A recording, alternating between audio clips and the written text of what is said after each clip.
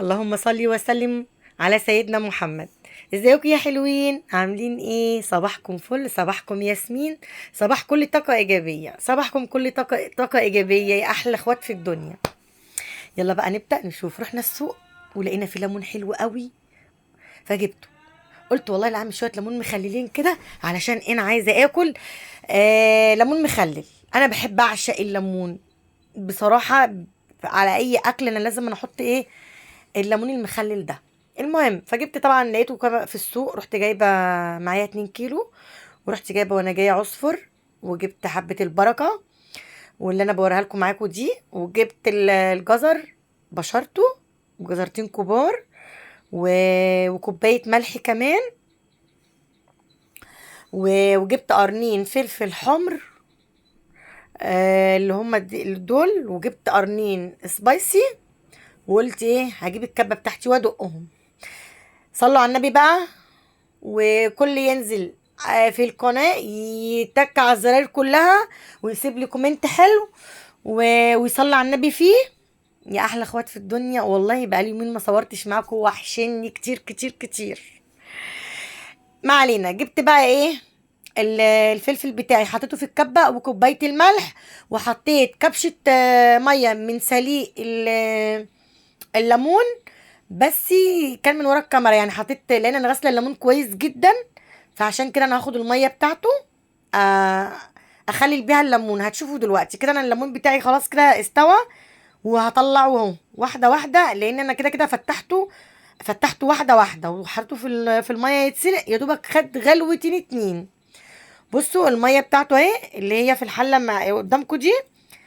هخلي الليمون بيها، مش هغلي ميه تانية ولا اي حاجه.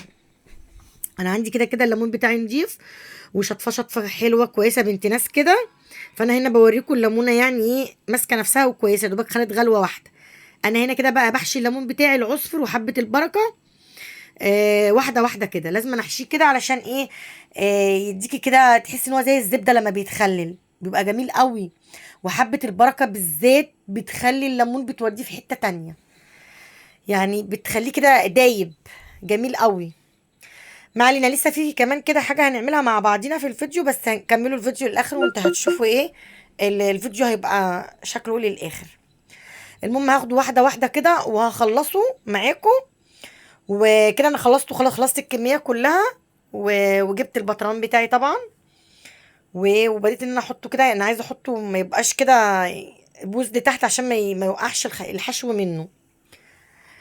المهم بقى يا حلوين، وحشتوني اخواتي حبايبي، وحشتوني والله. جبت الجزر بتاعي وحطيت اول حاجه شويه، ورحت حاطه الجزر في النص وعبيت الباقي. المهم انك تخشي المطبخ كده، اي حاجه تكوني عايزه تعمليها بالحب. هنا انا بجيب بقى الميه بتاعت الليمون المغليه اللي هي الليمون استوى فيها، بعبيها على قلب الفلفل اللي انا ضربته في قلب الكبه. وهنا كده ايه، هحط في قلب هسقي الليمون بتاعي. كنت انا حاطه طبعا الملح في قلب الميه بتاعت الليمون. كده انا خلاص خلصت الليمون بتاعي وهقفل عليه بقى وهظبطه كده. بس انت الكاميرا جابته كده مغمق شويه لان الكاميرا كانت غمقت معايا. المهم بقى قلنا نعمل اي اكله سريعه كده، خلصت الليمون وقلت اعمل اي اكله سريعه كده معاكم. فنعمل اكل ايه؟ نعمل اكل ايه؟ كالعاده بقى بنحتار في موضوع الاكل ده. قلنا نعمل اي حاجه سريعه. جبت كيس مكرونه وقلت احمره واعمل شويه بطاطس مقليه كده جنبه ونتغدى. لان احنا اصلا يعني ايه الغدا بتاعنا بيبقى متأخر شوية، يعني على المغرب مثلا، ممكن تلاقي غدانا على المغرب على الساعة 8. فالمهم ايه، قالوا لي هنعمل اكل يا ماما، قلت لهم هنعمل بطاطس ونعمل مكرونة محمرة. بس بعملها بقى ايه، محمرة بطريقة حلوة، يعني عايزاكم تشوفوها كده. انا بحط شوية زيت، اقول لكم الطريقة بتاعتها بتبقى جميلة جدا جميلة. هنا انا بوريكم البانيه بتاعي اللي انا جايباه. بتحطوا شويه زيت وتحطوا المكرونه بعد ما الزيت يسخن قوي، وتدنوكوا تقلبوا فيها لحد ما المكرونه دي تحمر في الزيت بس، من غير اي حاجه.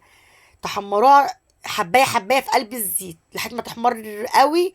وبعد كده تجيبي التوابل بتاعتك، فلفل اسود وكمون وبابريكا وملح وتروحي حاطه الميه بقى ومكعب مرقه دجاج كمان معاهم، وتروحي حاطه الميه البابريكا معاكي بتديكي لون احمر، ومعاكي وحطيت كمان معلقه صلصه عليها وحطيتها على النار. طبعا جبت الطاسه بتاعتي الناحيه التانية، قلت عشان اعمل عليها ايه الشاورما اللي انا هعملها للولاد.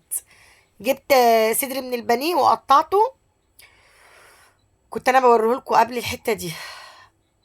وبعد كده طبعا جبت بصلتين خرطتهم على البلانشة قدامكم، بس انا كنت يعني جبتها لكم الناحيه دي شويه عشان تشوفوها. وجبت قرنين فلفل سبايسي حاميين يعني عشان ابقى مشطشطه كده وحلوه. وحطيت حطيت البانيه بتاعي الاول اللي هي الشاورما. الشاورما دي يا جماعه بتعمل بالصوص الاحمر، ما بعملهاش بزبادي والكلام ده كده يعني زي نظام ايه بصلايه وحبايه قوطه وخلاص، وبتشوحيها كده، يعني زي ما بتقولي ايه اكله سريعه. مش لازم كل يوم بقى اكل ووقفه في المطبخ. بصراحه وقفه المطبخ اصلا متعبه يا جماعه. المهم ما علينا. جينا طبعا جبت انا البانيه بتاعي حطيته في الطاسه، وجبت التوابل حطيتها اللي هي فلفل اسود وكمون وحبه البركه ونص معلقه بابريكا ماشي وشويه الملح بتاعتي. وقعدت اقلب فيها لحد ما ايه ولقيتها اتشربت كده معايا شويه. ورحت نقله، رحت جايبه بقى فلفل اصفر كده الوان كنت انا عاملاه، رحت جايه مقلباه معاها كمان وغطيت عليها كده. المكرونه بتاعتي كده ايه اتشربت خالص وغطيت عليها. وجبت الطاسه وقلت اقلي بقى حبايه بطاطس كده او حبايتين بطاطس، يعني حبايه بقى حبايتين مش مهم ايه اللي انا بقوله ده. المهم جبت البطاطس بتاعتي وقليت البطاطس وعملت الشاورما وزي ما انتم شايفين. والمكرونه انا طفيت عليها النار. وبصراحه بقى كنت جعت قوي، يعني انا كنت جيت بقى من السوق وقلت اعمل الليمون الاول وبعد كده اعمل الاكل. خلصت الليمون بتاعي وحطيته البتاع ده في البطرمان وقفلت عليه وعملت الاكل معاكم زي ما انتم شايفين. هنا بقى قلت اخرط ايه عود خضار كده عشان ايه اعرف اكل بالبطاطس بقى ايه احط سندوتشات كده البطاطس في قلب العيش واحط عليه شويه الخضار واكل. انا يعني بحب اكل مكرونه بس انا بحب اكل بطاطس سندوتشات كده بالخضار بحته مخلله كده. اكله بتبقى حلوه قوي حرشه وتحس اني بتاكلك. يعني انا اكل الاكله دي احسن من ما اكل حاجه تانية. يعني حلوه الاكل ده حلو، الاكل الشعبي ده حلو قوي. بطاطس حته جبنه قديمه شويه مكرونه محمرين شاورما خفيفه كده بسرعه، اكل سريع سريع. المهم خلاص طبعا الاكل بتاعي كده غرفت الشاورما بتاعتي اهي وغرفت المكرونه. بصوا المكرونه عامله ازاي بتبخر بتبخر. المهم ايه طبعا ايه غرفت الاكل وهم واقفين بقى ورايا، يا ماما يا ماما الاكل سخن وحلو قوي عايزين ناكل.